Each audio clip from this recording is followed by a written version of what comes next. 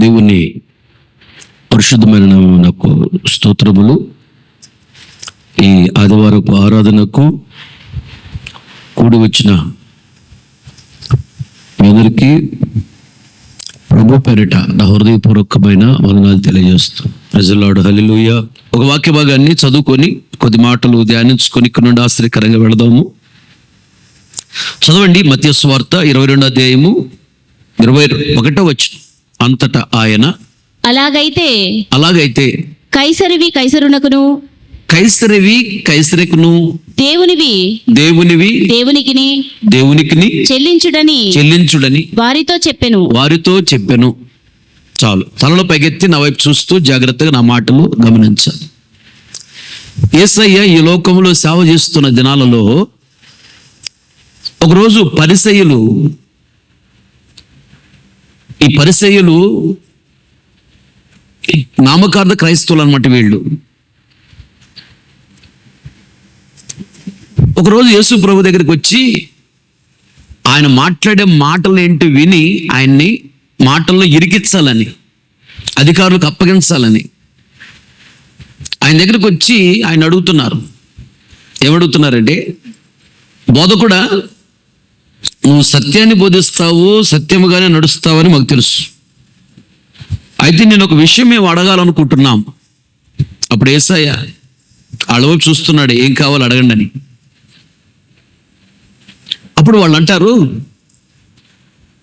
కైసరుకి పన్ను కట్టటము న్యాయమా అన్యాయమా అని అడిగారు.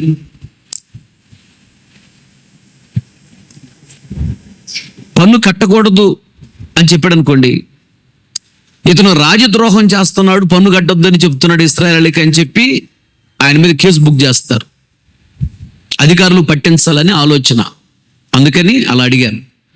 సరే, ఒకవేళ పన్ను కట్టాలి అన్నాడు అనుకో, ఇశ్రాయేలు దగ్గరికి వెళ్ళి, చూసారా మీరందరూ పన్నులు కట్టాలంట, ఆ యేసు చెప్తున్నాడు మీరందరూ కష్టపడిన సంపాదన అంతా రాజుకు పన్ను కట్టాలంట అని ఇశ్రాయేలుకి చెప్పి ఇశ్రాయేలీలను యేసయ్యకి విరోధముగా లేపాలని ఆలోచన. ఏది మాట్లాడిన ఇబ్బంది. అప్పుడు యేసయ్య అనంత జ్ఞాని కదా, అప్పుడు అంటాడు, మీ దగ్గర రోకలు ఉన్నాయా అంటాడు. రోకలు వేరు, నూకలు వేరు. బియ్యము చిన్ని ముక్కలుగా కట్ అయితే దాన్ని నూక అంటారు, తినేవి అవి. రోకలు అంటే డబ్బులు అని అర్థం. రోకలు వేరు, నూకలు వేరు. మీ దగ్గర ఏదన్నా ఒక రోకను చూపించండి అన్నాడు యేసయ్య. అంటే డబ్బులు, కాయిన్. ఒక ధ్యానారం చూపించారు. ధ్యానారం అంటే ₹10 అని అర్థం. దాని మీద ఒక ఫోటో ఉంది. ఈ ఫోటో ఎవరిది అన్నాడు. అది కైసరిది అన్నారు. అటువైపు తిప్పితే చేతితో రాసిన రాత ఉంది. ఇది ఎవరిది అన్నాడు. కైసరిది అన్నారు. నాణెం మీద ఉన్న ఫోటో కైసరిదే, చేయు రాత కూడా కైసరిదే. అందుకని కైసరికి ఇవ్వండి, దేవునికి ఇవ్వండి అన్నాడు. అంటే పన్ను కట్టొద్దని చెప్పలా, ఇంకోటి ఎక్స్ట్రా కూడా యాడ్ చేశాడు. కైసరికి పన్ను ఇవ్వాలి. ఎందుకంటే దేశం క్షేమంగా ఉండాలి, దేశాన్ని నడిపించాలి. అంటే డబ్బులు ఏడ నుంచి వస్తే రాజుకి, కనుక పన్ను కట్టాలి. అలాగే నీవు ఇంటి పన్ను, కరెంటు పన్ను కట్టాలి బైబిల్ ప్రకారం. అది కట్టకపోతే తప్పది. మరి గవర్నమెంట్ మనల్ని ఎలా రూల్ చేస్తారు, ఎలా నడిపిస్తారు? డబ్బులు ఎక్కడి నుంచి వస్తాయి గవర్నమెంట్కి సంబంధించిన ఏ పనులు ఉన్నాయో అవన్నీ తప్పించుకోకూడదు, కట్టాలి. నేను ఇంటి పన్ను కడుతుంటాను, కరెంటు పన్ను కడుతుంటాను. అలా గవర్నమెంట్ మనల్ని నడిపించాలి అంటే ట్యాక్సులు కట్టాలి. దేవుడే చెప్తున్నాడు, కైసరికి ఇవ్వండి. అంటే గవర్నమెంట్ కట్టాల్సిన పనులు కట్టండి, ఎగ్గొట్టొద్దు. దేవునికి ఇవ్వండి. వాళ్ళు దేవునికి ఇవ్వచ్చా ఇవ్వకూడదని అడగలా, కైసరి గురించి అడిగారు. వాళ్ళకి అడిగిన దానికి ఇప్పుడు శమ మీద ఇవ్వబడింది. వాళ్ళకి కైసరికి ఇవ్వండి. దేవునికి ఇవ్వాలా లేదో అని అడగటంలా మీరు. దేవునికి ఇవ్వండి.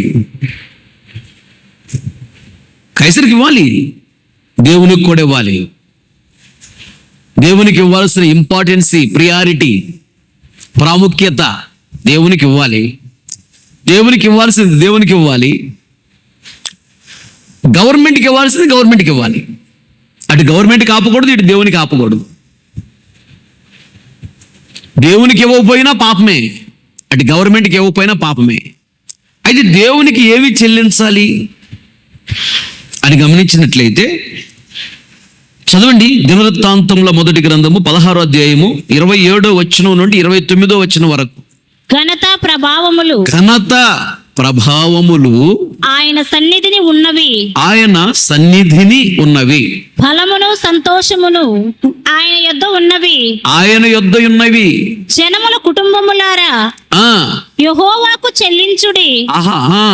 మహిమా బలమును యెహోవాకు చెల్లించు. యెహోవాకు చెల్లించుడి, యెహోవా నామమునకు యెహోవా నామమునకు తగిన మహిమను తగిన మహిమను ఆయనకు చెల్లించు. ఆయనకు చెల్లించుడి, నైవేద్యమును చేతపుచ్చుకొని నైవేద్యములు చేతపుచ్చుకొని ఆయన సన్నిధిని చేరుడి. ఆయన సన్నిధిని చేరుడి, పరిశుద్ధ అలంకారములకు పరిశుద్ధ అలంకారముతో ధరించుకొని ధరించుకొని ఆయన ఎదుట సాగిలపడు. ఆయన ఎదుట సాగిలపడుడి. చాలు. తలపగెత్తి నా వైపు చూస్తూ నా మాటలు గమనించండి. దేవునివి దేవునికి చెల్లించుడి అన్నాడు. మరి దేవునికి ఏమి చెల్లించాలి అంటే మహిమ ప్రభావమును ఆయనకి చెల్లించాలంట. మహిమ అనగా ఘనత, ప్రభావము అనగా వైభవము అని అర్థం. మహిమ లేదా ఘనత ఆయనకి చెల్లించాలంట, ఆయన గణపరచాలి. నన్ను గణపరుచు వారిని నేను గణపరుస్తానన్నాడు. ఆయనకు ఘనతను చెల్లించాలి, ప్రభావాన్ని చెల్లించాలి. అలా చెల్లిస్తేనంట ఆయన సన్నిధిలో ఉన్నటువంటి ఏమేమి ఉన్నాయంటే ఆయన సన్నిధిలో 27 వచనంలో ఉంటాయి. మహిమ, ఘనత ప్రభావములు ఘనత ప్రభావములు ఆయన సన్నిధిలో ఉన్నాయి. బలమును సంతోషమును ఆయన సన్నిధిలో ఉన్నాయి. చాలు. నీవు ఎప్పుడైతే దేవునికి మహిమను చెల్లిస్తావో, ఘనతను చెల్లిస్తావో ఏం జరిగిందో తెలుసా? దేవుడు నిన్ను మహిమపరుస్తాడు, అనగా దేవుడు నిన్ను గణపరుస్తాడు. చెప్పండి ఆమేన్. దేవునికి మహిమ చెల్లించినప్పుడు దేవుడు మనల్ని మహిమపరుస్తాడు, మనల్ని గణపరుస్తాడు. లేదా తన మహిమ చేత మనల్ని నింపుతాడు, మహిమ చేత మనల్ని కప్పుతాడు. ఆయన మహిమలో మనం ఉన్నామంటే సాతాను కనుదృష్టిలో పడము. దేవుని మహిమలో మనం ఉన్నామంటే సాతాను మనల్ని ముట్టలేడు. దేవుని మహిమలో మనం ఉన్నాము అంటే సాతాను మనకి కీడు చేయలేడు. దేవుని మహిమలో మనం ఉన్నామంటే సాతానుకు మనం అసలు కనపడం. వాడి చేత కాదు, మనల్ని ఏం చేయలేడు.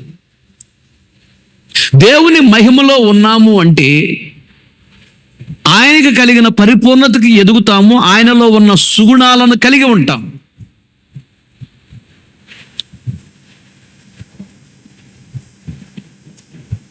ఒకరోజు మోషే అంటాడు, అయ్యా నీ మహిమను నేను చూడాలయ్యా అని అడిగినప్పుడు తండ్రి అంటాడు, నా మంచితనం అంతా నీకు చూపిస్తా అంటాడు. ఏమైనా అర్థమైందా మీకు? ఉదాహరణకి మీ నాన్న పేరు ఏం పేరు అన్నాను నేను, సమాధానం మా అమ్మ పేరు రూతుమ్మ అని చెప్పాడు అనుకో, కరెక్ట్గా వచ్చినట్టు సమాధానం మాట్లాడండి. కరెక్ట్ సమాధానం రాలేదని అర్థం, కరెక్ట్ కాదు కదా. ఇక్కడ చూడటానికి అలాగే ఉంది. అయ్యా నీ మహిమను చూపించయ్యా అన్న తండ్రి ఏమనాలి? సరే నా మహిమను చూపిస్తాను అనాలి. అలా అనకుండా నా మంచితనం అంతా నీకు చూపిస్తాను అన్నాడు. అంటే ఇక్కడ దీని అర్థం ఏంటంటే మహిమ అంటే మంచితనము అని ఒక అర్థం ఉంది. దేవునిలో ఉన్న సుగుణాలను ఆయన మహిమ అంటారు, అది గుర్తుపెట్టుకో. దేవునిలో ఉన్న శక్తిని మహిమ అంటారు. దేవుని అభిషేకాన్ని కూడా మహిమాత్మ అంటారు. ఆయనలో ఉన్న వెలుగుని కూడా మహిమ అంటారు. మహిమ అంటే నానా అర్థాలు ఉన్నాయి. దేవుణ్ణి మనము మహిమపరిచినప్పుడు ఆయన మనల్ని మహిమపరుస్తాడంట. దేవుణ్ణి మనం మహిమపరచడం అంటే ఆయన మన గణపరచటం. ఆయన్ని మనం గణపరిచినప్పుడు ఆయన మనల్ని గణపరుస్తాడు.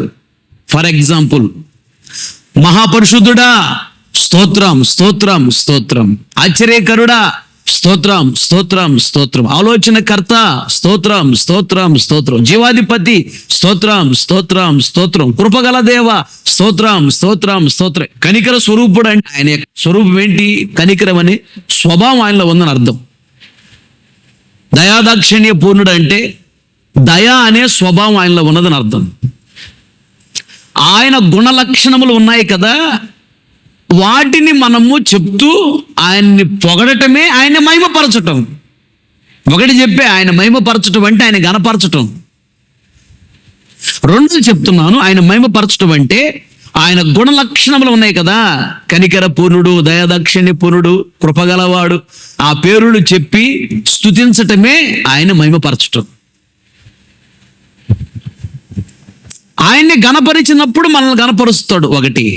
రెండోది, ఆయన్ని మహిమపరిచినప్పుడు అనగా ఆయన మంచి గుణ లక్షణములను చెబుతూ ఆయన్ని మనం పొగిడినప్పుడు ఆయన మనల్ని మహిమపరుస్తాడు. అంటే మనల్ని పొగడ్డు.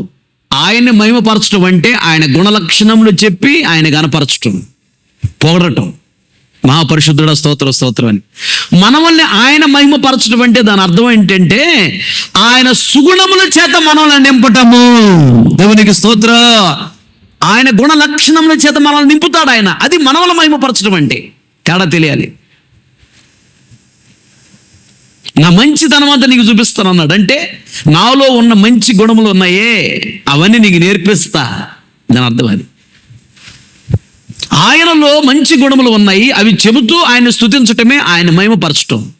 మనలో మంచి గుణములు ఏమీ లేవు, అందుకని మంచి గుణముల చేత ఆయన మనల్ని నింపుతాడు. అది మనల్ని మహిమపరచటం.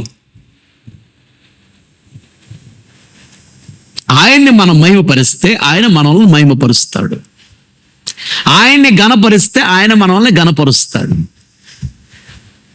ఉద్యోగములో, వ్యాపారములో, చేతి పనిలో, కూని పనిలో, పంట పొలాల్లో, చదువుల్లో, వెళుతున్న ప్రతి మార్గంలో, చేస్తున్న ప్రతి పనిలో ఇక్కడ ఉన్న వాళ్ళందరికంటే ఎక్కువగానే దేవుడు నిన్ను ఉంచుతాడు. ఆమేన్. హల్లెలూయా. అది ఘనత. దరిద్రత ఎల్లకాలం ఉండదు, కరువు ఎల్లకాలం ఉండదు, అప్పులు, రోగాలు, సమస్యలు ఎల్లకాలం ఉండవు. దేవుడు గణపరుస్తాడు. గణపరచడానికి పిలిచాడు. ఆయన సన్నిధిలో మహిమ, ప్రభావము, బలము, పరాక్రమము ఆయన సన్నిధిలో ఉన్నాయి. ఆయన్ని గణపరిచినప్పుడు లేదా ఆయన మహిమపరిచినప్పుడు మనము ఆయన బలాన్ని మనకిస్తాడు. ఆయనలో ఉన్న పరాక్రమం అన్నదే రోషము, అది మనకిస్తాడు. ఈ పరాక్రమము, ఈ రోషము మనకున్నప్పుడు సాతానికి లోబడము. సాతాన్ని ఎదిరిస్తాం, సాతాన్ని ఓడిస్తాం, సాతాన్ని పడగడతాం, సాతాన్ని జయిస్తాం. సాతాన్ని పడగొట్టి, సాతాన్ని జయించి, శరీర కోరికను జయించి, పాపాన్ని జయించి, లోకాన్ని జయించి, సమస్తాన్ని జయించిన యేసయ్య వలె మనం కూడా జయించి యేసయ్య వలె వెళ్ళి ఆయన సింహాసనం మీద కూర్చుంటాము. ఆమె చెప్పండి అందరం. ఆమె సాతాను జయించాలి, పాపాన్ని జయించాలి, లోకాన్ని జయించాలి, శరీర కోరికలు జయించాలి, సమస్తాన్ని జయించిన యేసయ్య వలె మనము జయించి ఆయన సింహాసనం మీద కూర్చోవాలంటే దేవుని యొక్క బలము మనకు కావాలి, ఆయన పరాక్రమం మనకు కావాలి. ఆయన బలాన్ని ఇస్తాడు, ఆయన పరాక్రమాన్ని ఇస్తాడు, ఆయన మహిమనిస్తాడు మనకి.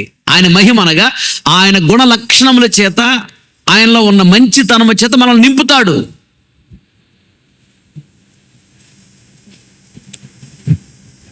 గణపరుస్తాడు, ఇన్ని చేస్తాడు. ఆయన్ని మనం మహిమపరచాలి, ఆయనకి మహిమను చెల్లించాలి, అనగా ఆయనకి ఘనతను చెల్లించాలి. ఆయనకి మహిమ చెల్లించటం అంటే ఏంటి?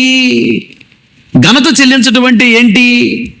ఆదివారం నువ్వు మందిరాన్ని రాకుండా పొలం పనికి వెళ్ళావు అంటే నువ్వు ఆ రోజు మందిరాన్ని గణపరిచావు, పొలాన్ని గణపరిచావా? మాట్లాడాలి. పొలాన్ని గణపరిచావు, దేవుణ్ణి గణహీన పరిచావు అని అర్థం. దేవుణ్ణి నువ్వు గణహీన పరిచావు కాబట్టి నీకు గణహీనత వచ్చింది. ఎన్ని పనులున్నా ప్రక్కన పెట్టి అవి నాకు ముఖ్యం కాదు, నేను మందిరానికి వెళ్ళాలని మందిరానికి వస్తే నువ్వు దేవుణ్ణి గణపరిచావు, దేవుని మందిరాన్ని గణపరిచావు కనుక దేవుడు నిన్ను గణపరుస్తాడు. అది నీకు తెలియాలి. ఎన్నో అవసరతలు ఉన్నాయి, ఎన్ని అవసరతలు ఉన్నా అవన్నీ దేవుడు చూసుకుంటాడు. దేవుని పరిచర్య ముందుకు సాగాలి కదా అని ఎప్పుడైతే నీవు ఇలాంటి మీటింగ్స్ ఉన్నప్పుడు అవన్నీ ప్రక్కన పెట్టి కానుకిస్తావో నువ్వు దేవుణ్ణి గణపరుస్తున్నావు. నెల రాగానే మనం వాడుకోకూడదు దశమభాగం అనేది. మన అవసరతలు దేవుడు చూస్తాడు, దేవుడు తీరుస్తాడు. మందిరంలో ఎన్నో అవసరతలు ఉంటాయి, దశమభాగం ఇవ్వాలి అని ఎప్పుడైతే నువ్వు దశమభాగం ఇస్తున్నావో దేవుని నువ్వు గణపరుస్తున్నావు అని అర్థం. వేకునే లేవగానే ఏ పని చేయకుండా మొదట దేవుణ్ణి నువ్వు స్తుతించినట్లయితే దేవుణ్ణి నువ్వు గణపరుస్తున్నావు అని అర్థం. ఉదయం లేవగానే దేవునికి ప్రార్థన చేయకుండా ఏ పని చేసినా నువ్వు దేవుణ్ణి గణపరచలేదు, దేవుణ్ణి గణహీనపరిచావని అర్థం. ఆ రోజు నీకు గణహీనత వచ్చింది. ఎక్కడికి వెళ్ళినా ఉదయం లేవగానే నువ్వు ప్రార్థన చేయకుండా ఏ పని చేసినా ఆ రోజు నీకు ఘనత ఉండదు, గణహీనతే వచ్చింది. దేవుణ్ణి నువ్వు గణహీన పరిచావు కాబట్టి గణహీనతే వచ్చింది. లేవగానే ఎన్ని పనులను ప్రక్కన పెట్టి ముందు ప్రార్థన చేయాలి. ప్రార్థన చేసిన తర్వాత పని ప్రారంభించుకో. అప్పుడు దేవుడిని నువ్వు గణపరిచావు అని అర్థం. నువ్వు అలా దేవుడిని గణపరిచినప్పుడు దేవుడు నిన్ను గణపరుస్తాడు. ఆయన్ని మహిమపరిస్తే మనల్ని గణపరుస్తాడు. ఆయనకి మనము మహిమను చెల్లించాలి, ఘనతను చెల్లించాలి. దేవునికి చెల్లించుడు అంటున్నాడు. ఏమి చెల్లించాలి దేవునికి అంటే మహిమను చెల్లించాలి, ఘనతను చెల్లించాలి. చెల్లించడం వల్ల వచ్చే ఆశీర్వాదాలు ఏంటి చెప్పాను. మహిమనిస్తాడు, ప్రభావం ఇస్తాడు, వైభవం అంటే ఏంటి తెలుసా?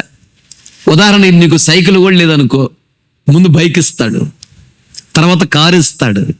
ఇల్లు లేదనుకో, సొంత ఇల్లు, మంచి గృహం ఇస్తాడు నీకు. దీనిని వైభవం అంటారు. ఒక స్థాయి, ఒక ఉన్నతమైన స్థాయిలోకి దేవుడు తీసుకొని వెళతాడు. దేవుడు దీవించడం ప్రారంభిస్తే ఆపడం ఎవడికి చేత కాదు. దీనిని వైభవము అంటారు. ఒక మంచి స్థాయి.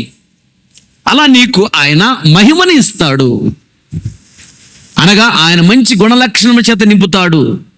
ఆయనకు కలిగిన పరిపూర్ణతకి ఎదిగిస్తాడు. వైభవాన్ని ఇస్తాడు, నిన్ను ఉన్నతమైన స్థితిలోకి తీసుకెళ్తాడు. బలాన్ని ఇస్తాడు, పరిశుద్ధాత్మ అభిషేకాన్ని ఇస్తాడు, పరాక్రాన్ని ఇస్తాడు, సాతాను శక్తులను జయించడానికి, సమస్తాన్ని జయించడానికి అవసరమైన రోషం, వైరాగ్యం, పట్టుదల, ప్రార్థన జీవితం, అభిషేకం అవన్నీ ఇస్తాడు. ఆయన్ని మహిమపరచాలి, ఆయన్ని గణపరచాలి. దేవునికి స్తోత్రం. క్రింద ఒక మాట చెప్పాడు అక్కడ 29వ వచనములో, యెహోవా నామమునకు తగిన మహిమను ఆయనకు చెల్లించుడి, నైవేద్యములు తీసుకొని వచ్చి ఆయన సన్నిధికి చేరుడి. ఆయన సన్నిధికి చేరుడి. ఆయనకు మహిమ చెల్లించాలి అంటే మందిరానికి వచ్చేటప్పుడు అంట నైవేద్యములు తీసుకొని రావాలంట. ఏంటి నైవేద్యము?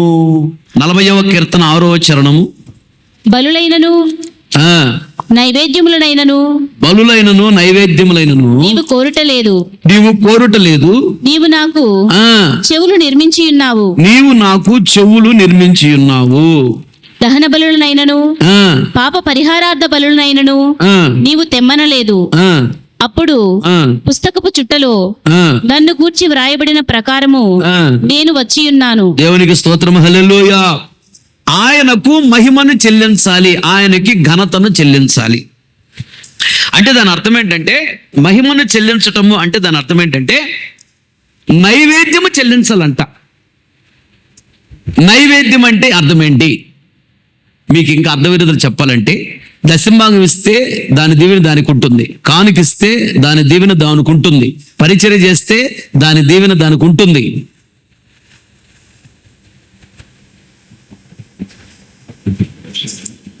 దేవుని పని ఏది చేసినా ఆ దీవెన ఉంటుంది.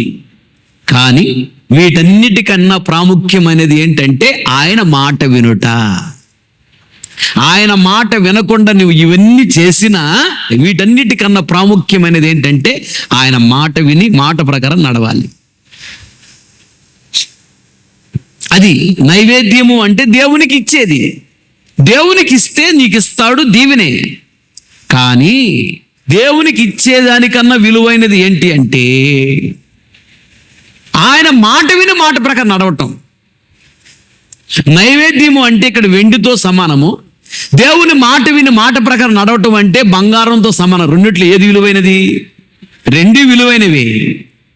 వెండి విలువైనదే, బంగారం విలువైనది. రెండు విలువైనవే, కానీ బంగారమే ఎక్కువ విలువైనది.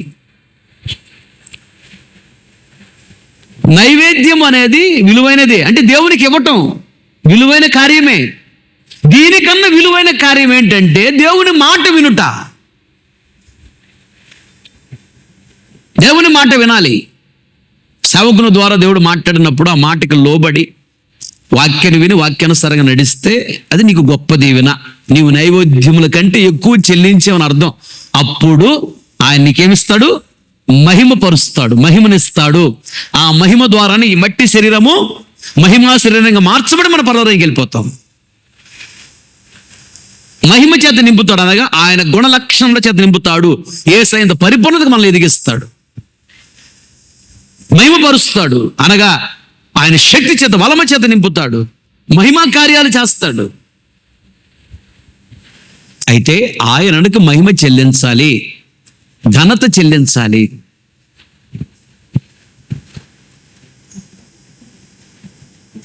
ఏంటి మహిమ చెల్లించటం అంటే? నైవేద్యములు చెల్లించాలంట. నైవేద్యముల కన్నా విలువైనది ఆయన మాట వినాలంట. అది నైవేద్యం చెల్లించాలి అంటే ఆయన మాట వినాలి. ఆయన మాట వింటే ఆయనకు మహిమని చెల్లించినట్లు, ఆయనకు ఘనతను చెల్లించినట్లు. ఆయన మాట వినాలి. 141వ కీర్తన 2వ చరణం. నా ప్రార్థన ధూపము వలెను, నా ప్రార్థన ధూపము వలెను, నేను చేతులెత్తుట సాయంకాల నైవేద్యం వలె ఉన్నది. చాలు, ఆయనకి మహిమను చెల్లించాలి. ఆయనకి మహిమను చెల్లించటం అంటే నైవేద్యం పెట్టడం, నైవేద్యం చెల్లించటం.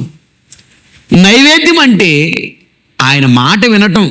అది వాక్యాన్ని జాగ్రత్తగా విని గుండెల్లో దాచుకుని వాక్యానుసారంగా నడవాలి. ఇంకొక విషయం, నైవేద్యం అంటే ఏంటి?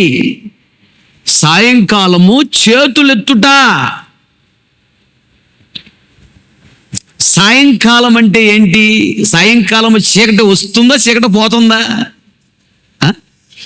సాయంకాలం అంటే చీకటి వచ్చే సమయం. అది చీకటి అనగా సాతాను వచ్చే సమయం. అది అప్పుడు నువ్వు చేతులు ఎత్తాలి. ఎటువైపు చేతులు? చీకటి వచ్చింది, చీకటి వైపు కాదు చేతులు, ఆకాశం వైపు చేతులు. సాయంకాలము చేతులెత్తుట, నైవేద్యం చెల్లించుట. జాగ్రత్తగా, సాయంకాలం అనగా చీకటి పడే సమయము, సాతాను వచ్చే సమయం. అది చీకటి అంటే సాతాను. సాతాను వచ్చి నీ ముందు నిలబడ్డాడు నువ్వు ప్రార్థన చేస్తూ ఉంటే. అప్పుడు సాతానుకు లోబడకూడదు, ఆకాశం వైపు చేతులు ఎత్తాలి అనగా దేవునికి లోబడాలి. చేతులు ఎత్తుట అంటే లోబడుట. ఫర్ ఎగ్జాంపుల్, పోలీసులు వస్తారు, హ్యాండ్స్ అప్ అంటారు. చేతులు కత్తున్నా, గొడ్డలున్నా, ఏదున్నా అలా చేస్తారు. దాని అర్థం ఏంటంటే నేను నీకు సరెండర్ అయ్యాను, నీకు లొంగిపోయాను, నీకు లోబడుతున్నాను అర్థం.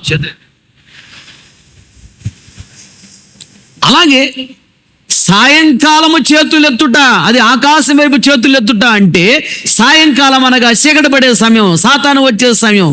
సాతాను వస్తాడు, నువ్వు ప్రార్థనలో మోకరించినప్పుడు సాతాను వస్తాడు. సాతాను వైపు చేతులు ఎత్తకూడదు, సాతానికి లోబడకూడదు, ఆకాశం వైపు చేతులు ఎత్తాలి అనగా దేవా నేను నీకు లోబడుతున్నా, సాతానికి లోబడను. హల్లెలూయా. ఇది సాయంకాల నైవేద్యం అంటే. ఉదయకాలం నైవేద్యం అంటే నాము ఇప్పుడే చెప్పా, ఆయన మాట వినుట. సాయంకాలం నైవేద్యం అంటే నాము ఆయనకి లోబడుట. సాతానికి లోబడకూడదు, దేవునికి లోబడుట. ప్రభువా నువ్వు ఏది చెబితే అదే చేస్తా, ఇలా నడిపిస్తా, అలా నడుస్తా, నీకంటే ఎక్కువగా దేన్ని ఎవరో నేను ప్రేమించను. ఇది ఆయనకు మహిమ చెల్లించటం అంటే నైవేద్యం చెల్లించుట. నైవేద్యం అనగా ఒకటి చెప్పాను, ఇప్పుడే చెప్పాను. ఉదయకాల నైవేద్యం అంటే ఏమని చెప్పాను? ఆయన మాట వినుట. సాయంకాల నైవేద్యం అంటే సాతాను వస్తాడు, సాతానుకు లోబడకూడదు, దేవుని మాటకు లోబడాలి, దేవునికి లోబడాలి. సాయంకాల నైవేద్యం అది. అప్పుడు దేవుడు నిన్ను మహిమపరుస్తాడు. రెండో మాట చెప్తా మళ్ళీ. దినవృత్తాంతముల మొదటి గ్రంథము 29వ అధ్యాయము 10వ వచనం. రాజైన దావీదు కూడాను బహుగా సంతోషపడి సమాజము పూర్ణముగా ఉండగా యెహోవాకు ఇట్లు స్తోత్రములు చెల్లించును. మాకు తండ్రిగానున్న ఇశ్రాయేలుల దేవా యెహోవా, నిరంతరము నీవు స్తోత్రార్హుడవు. చాలు, కృతజ్ఞతా స్తుతులు చెల్లించాడంట దావీదు. చెల్లించి ఏమంటున్నాడు? అయ్యా నీవు మాకు ఏమంటున్నాడు? తండ్రివి అన్నాడు. దావీదు అంటాడు దేవుణ్ణి, అయ్యా కృతజ్ఞత స్తుతులు చెల్లించి నీవు మాకు తండ్రివయ్యా, స్తోత్రార్హుడవు అన్నాడు. 13వ వచనం చూడు. మా దేవా, ఆ, మేము నీకు కృతజ్ఞతాస్తుతులు చెల్లించుచున్నాము. మా దేవా నీకు కృతజ్ఞతాస్తుతులు చెల్లించుచున్నాము. ప్రభావము గల నీ నామమును కొనియాడుచున్నాము. నీ నామమును కొనియాడుచున్నాము. ఈ ప్రకారము మనపూర్వకంగా ఇచ్చు సామర్థ్యము మా కుండుట చేత నేనెంత మాత్రపు వాడను. దేవునికి స్తోత్రం. హల్లెలూయా. చాలా జాగ్రత్త నా వైపు చూడండి. కృతజ్ఞతాస్తుతులు చెల్లించుచున్నానయ్యా నీకు, నీవు నా తండ్రివయ్యా అన్నాడు. కృతజ్ఞత కలిగి ఉన్నాడంట దావీదు. కృతజ్ఞత కలిగి ఏం చేస్తున్నాడంట? ఒకటి, ఏం చెల్లించాడంట? స్తుతులు చెల్లించాడు. మహాపరిశుద్ధుడా స్తోత్రం, స్తోత్రం, స్తోత్రం, ఆశ్చర్యకరుడా స్తోత్రం, స్తోత్రం, జీవాధిపతి స్తోత్రం, స్తోత్రం అంటూ దేవుడు చేసిన మేలులను బట్టి కృతజ్ఞత కలిగి దేవునికి స్తుతులు చెల్లించాడంట. ఒకటి, మహిమని చెల్లించాలని చెప్పా. రెండోది, స్తుతులు చెల్లించాలి కృతజ్ఞత కలిగి. అలా ప్రతిరోజు ఉదయాన్నే లేచి నువ్వు బాగా స్తుతించాలి. దావీదు, ఎందుకు నువ్వు వేకుని లేచి దేవుణ్ణి స్తుతిస్తున్నావు అంటే, దావీదు అంటున్నాడు, ఆయన నాకు తండ్రి, ఆయన నన్ను కలుగజేశాడు, ఈ లోకానికి పంపాడు, ఆయుష్నిచ్చాడు, ఆరోగ్యాన్నిచ్చాడు, జ్ఞానాన్నిచ్చాడు, తెలివినిచ్చాడు, కృపనిచ్చాడు, బలాన్నిచ్చాడు, స్థితినిచ్చాడు, ఘనపరిచాడు, దీవెనిచ్చాడు, నన్ను ఉన్నతమైన స్థితిలో పెట్టాడు. పరలోకపు తండ్రి. ఈ భూలోకములో ఉన్న తండ్రి ఇంచుమించుగా అన్ని ఇస్తాడు. ఈ తండ్రి కంటే కూడా, ఈ తండ్రి ఇవ్వలేనివి కూడా ఆ తండ్రి ఇస్తాడు. భూమి మీద ఉన్న తండ్రి అన్ని ఇవ్వలేడు, కొన్ని అసాధ్యమైనవి ఉంటాయి. పరలోకపు తండ్రికి అసాధ్యమైనది ఏది లేదు కాబట్టి ఆయన అన్ని ఇవ్వగలడు. భూలోకంలో తండ్రి కొన్నే ఇస్తాడు, పరలోకపు తండ్రి అన్ని ఇస్తాడు. అందుకని ఇచ్చాడు, ఇస్తున్నాడు. అందుకని పరలోకపు తండ్రి కంట కృతజ్ఞత కలిగి స్తుతులు చెల్లిస్తున్నాడంట దావీదు. ఆమేన్, హల్లెలూయా. అయితే 106వ కీర్తన 1వ చరణం. యెహోవాను స్తుతించుడి, యెహోవాను స్తుతించుడి, యెహోవా దయాళుడు, యెహోవా దయాళుడు, ఆయనకు కృతజ్ఞతాస్తుతులు చెల్లించుడి, ఆయన కృప నిత్యము ఉండును. అది దినవృత్తాంతుల మొదటి గ్రంథం 29వ అధ్యాయము 10వ వచనం. రాజైన దావీదు కూడాను బహుగా సంతోషపడి సమాజము పూర్ణముగా ఉండగా. సమాజము పూర్ణముగా ఉండగా అంటే అర్థం ఏంటి? పూర్ణము అంటే సున్నా లేదా నిండుతనం అని అర్థం. సమాజం నిండుగా ఉన్నప్పుడు అంటే ఫుల్ ఆఫ్ పీపుల్, ఫుల్గా ఉన్నారు జనాలు. అప్పుడు జనాలు ఫుల్గా ఉన్నప్పుడు చెప్పాడంటే ఈ మాట అన్నాడంట. ఏమన్నాడు? యెహోవాకు ఇట్లు స్తోత్రములు చెల్లించెను. ఇట్లు స్తోత్రములు ఇలా స్తోత్రములు చెల్లించుడి. మాకు తండ్రిగా ఉన్న ఇశ్రాయేలుల దేవా యెహోవా నిరంతరము నీవు స్తోత్రార్హుడవు. యెహోవా భూమి ఆకాశముల యందుండు సమస్తమును నీ వశము. మహత్యమును, పరాక్రమమును, ప్రభావమును, తేజస్సును, ఘనతయు నీకే చెందుచున్నవి. దేవునికి స్తోత్రం, హల్లెలూయా. ఆయనకి చెల్లించవలసినవి మనం ఘనతను చెల్లించాలి, ప్రభావాన్ని చెల్లించాలి, ఇవన్నీ చెల్లించాలి. 13వ వచనం. మా దేవా మేము మీకు కృతజ్ఞతాస్తుతులు చెల్లించుచున్నాము. ప్రభావము గల నీ నామమును కొనియాడుచున్నాము. ఈ ప్రకారము మనపూర్వకంగా ఇచ్చు సామర్థ్యము మాకుండుటకు. చెప్పాలి గట్టిగా, హల్లెలూయా. కృతజ్ఞత కలిగి దేవునికి స్తుతి చెల్లిస్తున్నాడు దావీదు. ఒక్క స్తోత్రం చెప్పటమే కాదు, ఇది ఖర్చు లేని పని. మోకరించి అయ్యా స్తోత్రం స్తోత్రం స్తోత్రం అంట ఖర్చు లేని పని. అది ఒక్కటే కాదు, దావీదు ఇంకోటి ఏం చేస్తున్నాడంట? మనోపూర్వకముగా, హృదయపూర్వకముగా దేవునికి ఇస్తున్నాడంట సంతోషంగా. ఇదంతా దేవుడే నాకు ఇచ్చింది. ఎప్పుడన్నా అనుకున్నావా? నీకన్నా బాగా చదువుకున్న వాళ్ళు ఖాళీగా ఉన్నారు తెలుసా? ఉద్యోగం లేదు. నీకు దేవుడు ఉద్యోగం ఇచ్చాడంటే అది నీ గొప్పతనం కాదు, దేవుని కృప.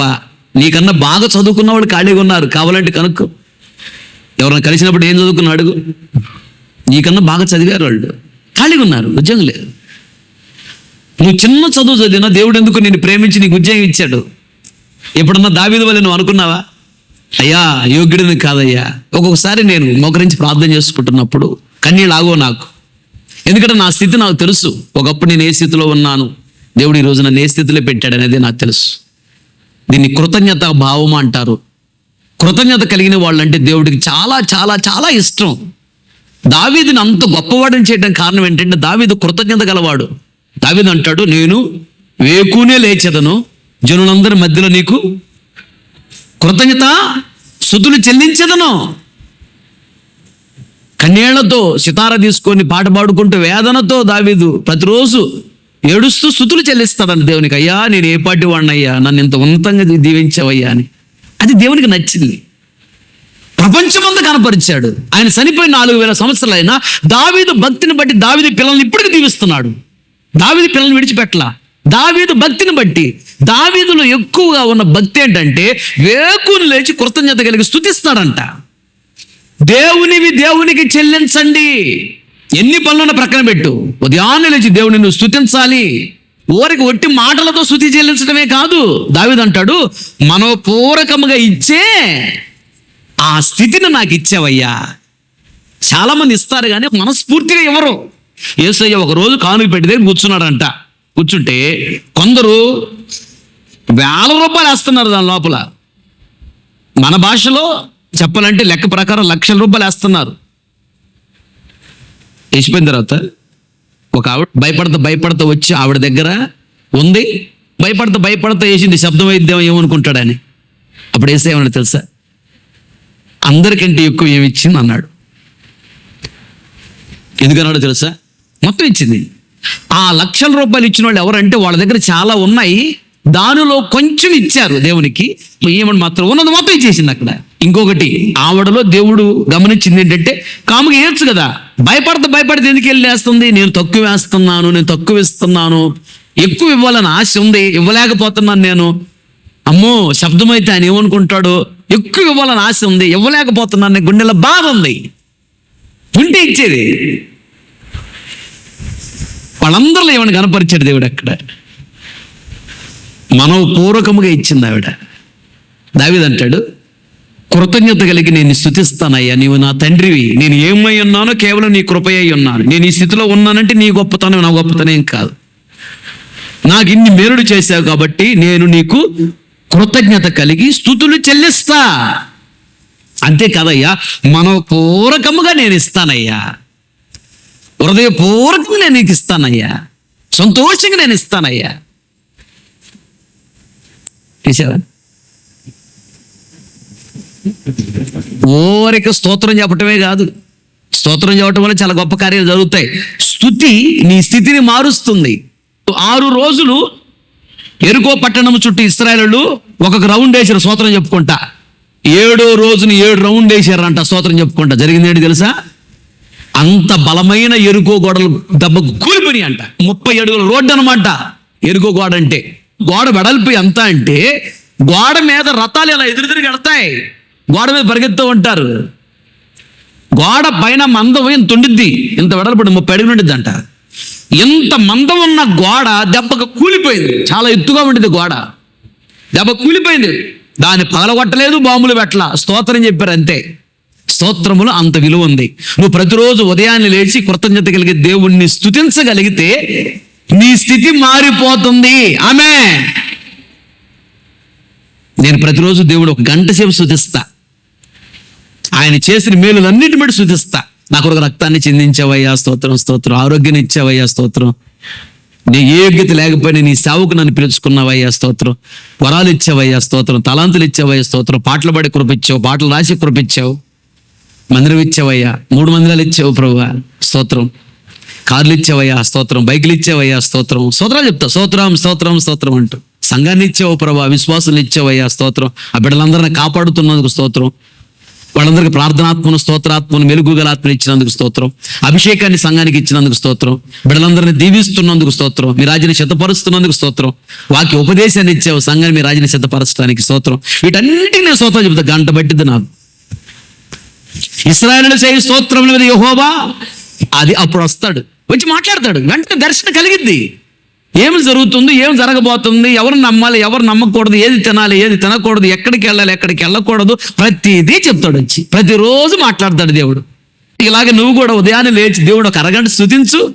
నీతో దేవుడు మాట్లాడకపోతేపడను నీకు దర్శనం కలిగిద్ది. దేవుడు మాట్లాడతాడు. అది కూడా సంతోషంగా స్తుతించాలి. చెయ్యాలి కాబట్టి అన్నట్టు కాకుండా మనోపూర్వకంగా, హృదయపూర్వకంగా స్తుతించాలి. హృదయపూర్వకంగా సంతోషంగా దేవునికి ఇవ్వాలి. నీ స్తోమత కొలది కాదు, శక్తికి మించి దేవునికి ఇవ్వటం నేర్చుకో. దేవుడు నీకు ఇచ్చేటప్పుడు కూడా అలాగే ఇస్తాడు. ప్రజలాడు హల్లెలూయా. అలా కృతజ్ఞత కలిగి దేవునికి స్తుతులు చెల్లించాలి. రెండోది, కృతజ్ఞత కలిగి హృదయపూర్వకంగా దేవునికి ఇవ్వాలంట. కృతజ్ఞత కలిగి, ఇదంతా దేవుడే నాకు ఇచ్చింది, ఉద్యోగం ఇచ్చింది దేవుడే కదా, వ్యాపారం ఇచ్చింది దేవుడే కదా, ఇల్లు ఇచ్చింది దేవుడే కదా, కారు ఇచ్చింది దేవుడే కదా, పిల్లల్ని ఇచ్చింది దేవుడే కదా, నన్ను ఈ స్థితిలో ఉంచింది దేవుడే కదా అని ఆ కృతజ్ఞత భావం నీకు రావాలి. కనుక దేవుడు నన్ను ఎంత ఉన్నతమైన స్థితిలో ఉంచినప్పుడు దేవునికి నేను ఎలా ఇవ్వాలి? నేను ధారాళంగా ఇవ్వాలి. ఆ కృతజ్ఞత భావము రావాలి. అలా ఎప్పుడైతే నువ్వు చేస్తావో ఉత్సాహంగా ఇచ్చు వారిని దేవుడు ఏం చేస్తాడంట? ప్రేమిస్తాడంట. తర్వాత ఇంకొక మాట, 107వ కీర్తన 22వ చరణం. వారు కృతజ్ఞత అర్పణములు కృతజ్ఞత అర్పణలు చెల్లించుదురుగాక. దేవునికి చెల్లించవలసిన మూడోది కృతజ్ఞత అర్పణలు. అంటే ఒకటి కృతజ్ఞత కలిగి స్తుతించాలని చెప్పే కదా, ఇది కృతజ్ఞత కలిగి దేవునికి ఇవ్వటం. కృతజ్ఞత కలిగి దేవునికి ఇవ్వటాన్ని కృతజ్ఞత అర్పణ అంటారు. జాగ్రత్త వినాలి. కృతజ్ఞత కలిగి ఇవ్వటం అంటే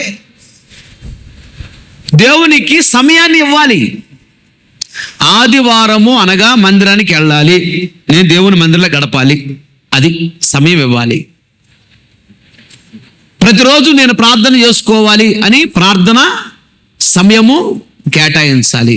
నేను బైబిల్ చదవాలి, ప్రతిరోజు ఒక సమయాన్ని ఇవ్వాలి. ఎవరికైనా సువార్త చెప్పాలా, సమయం ఇవ్వాలి, సమయాన్ని కేటాయించాలి. నాకు సమయం లేదు అనకూడదు. పరిచర్య చేయాలి, పరిచర్య ఉంది, నాకు సమయం లేదు అనకూడదు. నీకు ఎన్ని పనులున్న ప్రక్కన పెట్టి వచ్చి దేవుని పని చేయాలి. నువ్వు దేవుని పని కంటే ఎక్కువ ఏది కాదు.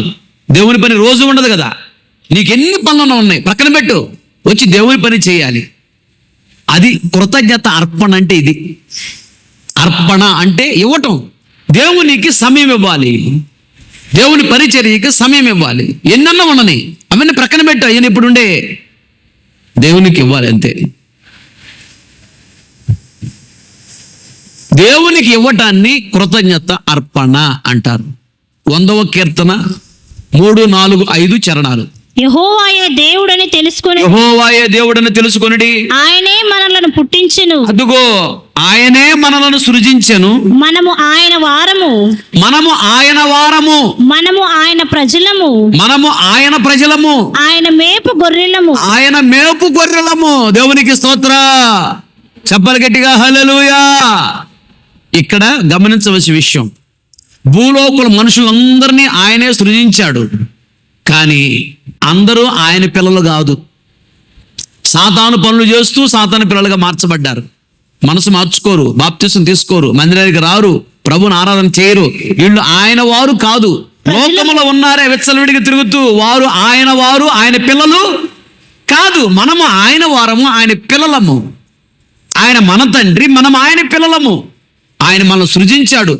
సృజించడమే కాదు, ఆయన పిల్లలుగా మనల్ని మార్చుకున్నాడు. గట్టిగా చెప్పండి కొట్టు. ఆయన రక్తము చేత కడిగాడు, పవిత్రపరిచాడు, ఆయన సొంతైన ప్రజలుగా చేసుకున్నాడు. ఆయన కృపను మనకిచ్చాడు, ఆయన దీవెనలు మనకిచ్చాడు, ఆయన రాజ్యాన్ని మన చేత పరుస్తున్నాడు. మనం ఎంత రుణపడి ఉన్నాం. భూలోక మనుషులందరూ ఆయన చేతనే సృజించబడ్డారు, కానీ వాళ్ళు ఆయన పిల్లలుగా మార్చబడాల. ఆయన సృజించటమే కాదు, మనలను ఆయన పిల్లలుగా మార్చుకున్నాడు. మనం వెంబడించాలా, ఆయనే మనల్ని వెంబడించాడు. నీలో ఏదో మంచితనం ఉంది, వాడు మహాదుర్మార్గుడు అంటారు, ఆ మహాదుర్మార్గురాలు అంటారు. కానీ నువ్వు మనసు మార్చుకుని బాప్తీసం తీసుకుని మందిరానికి వస్తున్నావంటే నీలో ఏదో మంచి ఉంది, అది దేవునికి నచ్చింది. అందుకనే దేవుడు ఆయన రక్తము చేత కడిగి పరిశుద్ధపరిచాడు. ఆయన బిడ్డగా నిన్ను మార్చుకున్నాడు. నీలో ఏదో మంచి చూశాడు ఆయన. మనము ఆయన వారము, ఆయనే సృజించాడు భూలోకుల మనుషులందరినీ. కానీ మన వల్ల మాత్రమే ఆయన బిడ్డలుగా మార్చుకున్నాడు, రక్తము చేత కడిగి పరిశుద్ధపరిచాడు. నెక్స్ట్ ఏం చేశాడంట? మనము ఆయన ప్రజలము. ఆయన వారము, తర్వాత మనము ఆయన ప్రజలము. ఆయన ప్రజలము, తర్వాత ఆయన మేపు గొర్రెలము. గొర్రెని యజమాని ఏ విధంగా మంచి మేతగల చోటకి తీసుకెళ్తాడో, నీళ్లున్న చోటకి తీసుకెళ్తాడో, అలాగే యేసయ్య మనల్ని జాగ్రత్తగా గొర్రెలను మేపినట్టుగా మేపుతున్నాడంట. గొర్రెల్ని జాగ్రత్తగా కాస్తూ ఉంటాడు. నక్క రాకుండా, కుక్కలు రాకుండా, తోడేళ్ళు రాకుండా జాగ్రత్తగా కాచుకుంటూ ఉంటాడు. మేత ఉన్న చోటకి తీసుకెళ్తాడు, నీళ్ళు ఉన్న చోటకి తీసుకెళ్తాడు. జాగ్రత్తగా వెలుగుగా ఉండి కాపాడుకుంటూ ఉంటాడు. దొడ్లో చేరుస్తాడు. దొడ్లోకి వచ్చేటప్పుడు అయిపోయిన తర్వాత లాస్ట్లో దొడ్లోకి వచ్చేటప్పుడు అన్ని లెక్కేసుకుంటూ ఉంటాడు. అక్కడే ఉంటాడు. దొడ్లోకి వెళ్తుంటాయా అక్కడ లెక్కేసుకుంటూ ఉంటాడు, అన్ని వచ్చినాయి రాలేదా అని. ఒకవేళ రాలేదనుకో మళ్ళీ వెళ్తాడు ఆయన. ఒకరోజు అడవిలో ఒక గొర్రె తప్పిపోయింది. గొర్రె తప్పిపోతే మే మే నడుస్తూ ఉందంటే గొర్రె. ఈలోపు పులి గుర్తుపట్టింది, ఇక్కడ ఏదో మేక తప్పిపోయినట్టుంది నైట్ అని చెప్పేసి పులి వచ్చిందంట. పులికి దొరకకుండా మేక ఈ గొర్రె పరిగెత్తుతుంది. పరిగెత్తి ఏం జరిగిందంటే ఆడ ఒక పెద్ద ఊబిలాగుంటే, వెడల్పుగా ఉంది, ఊబిలాగుంది. గొర్రెపై దాంట్లో పడిందంట. దాంట్లో ఇరకపోయింది కాళ్ళు. పులి కూడా వచ్చి దాంట్లోనే పడింది. గొర్రె అక్కడ ఉంది, పులి ఇక్కడ ఉంది. రెండు ఇరకపోయి ఉన్నాయి లోపల. పులి గొర్రెని తినలేకపోతుంది, ఈ రెండు బయటకు రాలేకపోతున్నాయి. రెండు ఊబిలో ఉన్నాయి. ఊబిలో ఉంటే పులి ఉండి దీన్ని తిడుతుందంట, పనికి మాలిందానే, నువ్వు లేకపోయినా పర్వాలేదు, నేను నిందామని వచ్చి అనవసరం ఈ ఊబిలో పడ్డాను, నేను చచ్చిపోయేటట్టున్నాను, లేకపోయినా పర్వాలేదు, ఏందో నా జీవితం బ్రతికి ఎట్లా అయిపోయింది అని పులి బాధపడతా ఏడుస్తుందంట. గొర్రె సంతోషంగా నవ్వుతుందంట. అప్పుడు పులి అందంట, నేను నిన్ను తినకపోయినా నువ్వు చచ్చిపోతావు. ఇప్పుడు నేను చచ్చిపోతానని బాధ నేను ఏడుస్తున్నాను, ఇప్పుడు నువ్వు కూడా చచ్చిపోతావు. నేను దూరంగా ఉన్నా, నేను తినను సంతోషంగా ఉన్నావా? ఊబిలో ఉన్నావు, ఎవడు తెస్తాడు నిన్ను? ఇద్దరం చచ్చిపోతాం ఇప్పుడు ఊబిలో ఉన్నా. నేను అది గుర్తుపట్టి ఏడుస్తున్నాను, నా లైఫ్ అయిపోయిందని. గొర్రె నువ్వెందుకు నవ్వుతున్నావు? నేను తినకపోయినా నువ్వు చచ్చిపోతావు. ఊపిది కదులుతున్న కొద్ది లోపలికి వెళ్ళిపోతావు, చచ్చిపోతావు అని అందంట పులి. గొర్రె ఏముందో తెలుసా? ఓ పులి, నా సంతోషం ఏంటి తెలుసా? నన్ను కాసే కాపరి ఉన్నాడు, అన్ని దొడ్లోకి వెళ్ళుంటాయి. దొడ్లోకి వెళ్ళేటప్పుడు లెక్కేసుకుంటాడు ఆయన. లెక్కేసుకున్నప్పుడు ఒక గొర్రె తగ్గిందన్న సంగతి ఆయన తెలిసిద్ది. అర్ధరాత్రి అయినా వెతుక్కుంటూ వస్తాడు నా కోసం. నేను ఇప్పుడు అరుస్తున్నాను కదా, వెతుక్కుంటూ వచ్చినప్పుడు పులి నిన్ను తీడి బయటికి, నన్నే బయటికి తీస్తాడు. కనుక నేను సావను. నన్ను వెతికి కాపాడేటువంటి నా కాపరున్నాడు, నన్ను వెతుకుతాడు. నా కొరకు ఒంటరిగానే వాడు వస్తాడు ఇప్పుడు అడవిలోకి. ఇప్పుడు నన్ను తాళ్ళేసి పైకి లాగి నన్ను తీసుకెళ్తాడు. పులి, నీ బతుకు అయిపోయింది, నిన్ను తీటి బయటికి. నీకెవడున్నాడు కాపరం చెప్పు? పులి, నువ్వు అడవిని భయపెట్టచ్చు, నువ్వేదో పెద్ద ఈరుడు విక్రమార్కుడు అనుకుంటున్నావు. నీకు కాపలా కాసేవాడు ఎవడున్నాడు, నిన్ను పట్టించుకునేవాడు ఎవడున్నాడు, నీకు మేలు చేసేవాడు ఎవడున్నాడు? నన్ను కాపాడే కాపరున్నాడు, నన్ను గమనించే కాపరున్నాడు. నా కాపరి వస్తాడు ఇప్పుడు. ఒకటి పరలోకపు కాపరి యేసై ఉన్నాడు, రెండోది ఇక్కడ మేము నడిపించే కాపరి నేనున్నాను. ఒకరోజు ఒక ఆవిడ అడిగింది, అన్న అంతమందిలో కూడా రాకపోతే మీరు రాలేదని ఎట్ట అడుగుతారన్నా, ఫోన్ చేసి అడుగుతారు, ఎలా గుర్తుపట్టారన్నా అన్నారు. నేను ప్రార్థన చేస్తూ ఉన్నప్పుడు మీ ముఖాలు గమనిస్తూ ఉంటాయి, ఎవరు వచ్చి రాలేదు. ఒకటి. రెండోది ఏంటి తెలుసా? మీరు ఎవరో రాలేదు ప్రభువు నాకు గుర్తు చేస్తాడు. అంతమందిలో ప్రార్థన చేసుకుంటూ వెళ్ళిపోతుంటానో చూసుకుంటా ఎవరు వచ్చారు ఎవరు రాలేదో నాకు తెలిసిద్ది. ఒకటి. రెండోది ఏంటంటే ప్రభువే గుర్తు చేస్తాడు, పలానా వ్యక్తి రాలేదు చూడు అంటాడు.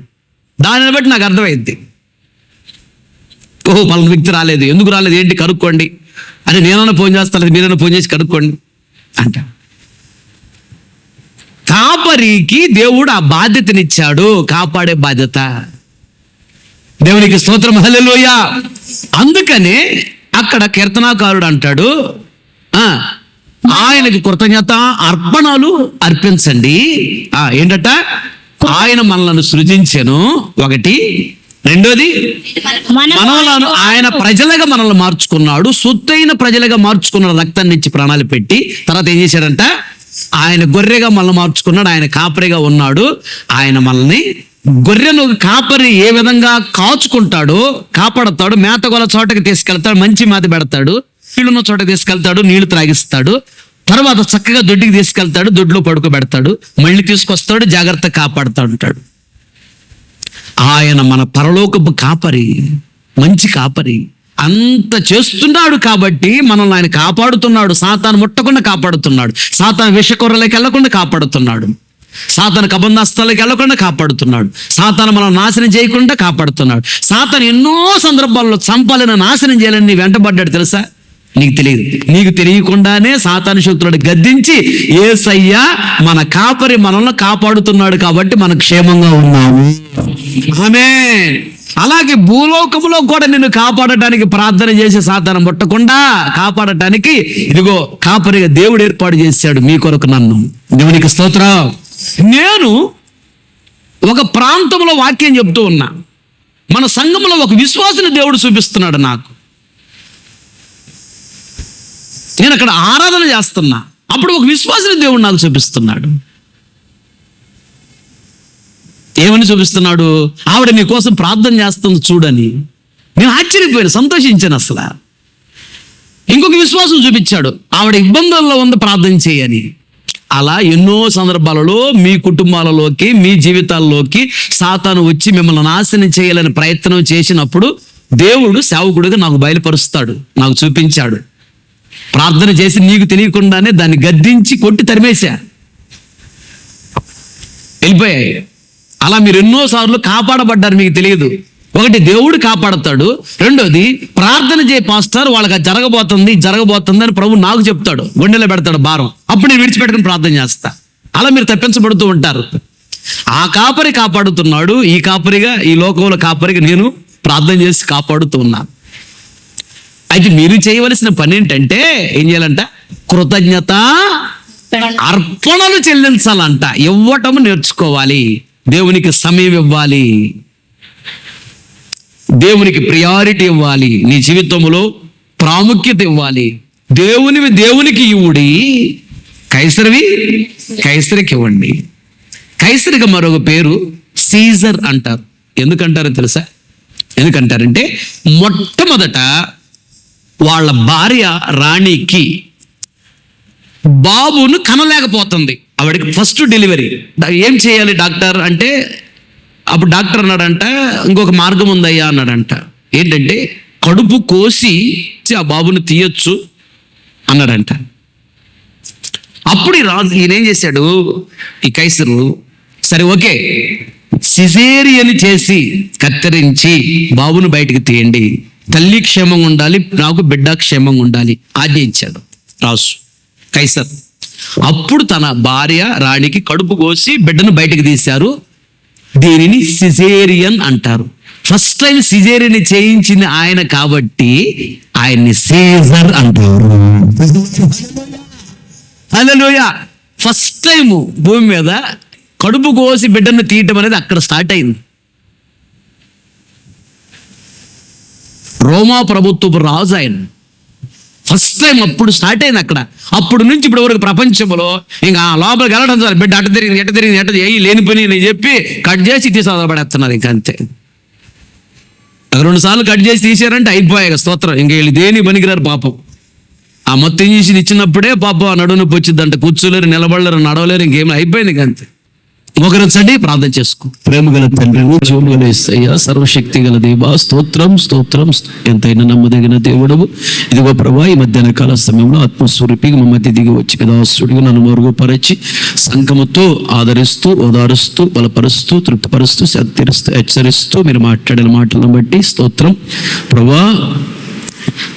కైసరికి దేవునికి చెల్లించాలని దేవా మీరు మాట్లాడుతూ వచ్చారు. ప్రభా నీకేమి చెల్లించాలో అవి మాకు తెలియచేసినందుకు స్తోత్రం. ఒకటి, మహిమని మేము చెల్లించాలి అనగా నిన్ను గణపరచాలని. నిన్ను గణపరిచినప్పుడే మేము గణపరచబడతామని నిన్ను మహిమపరచాలి అనగా నీ గుణలక్షణములు చెబుతూ మేము నిన్ను పొగిడేవారంగా ఉండాలి.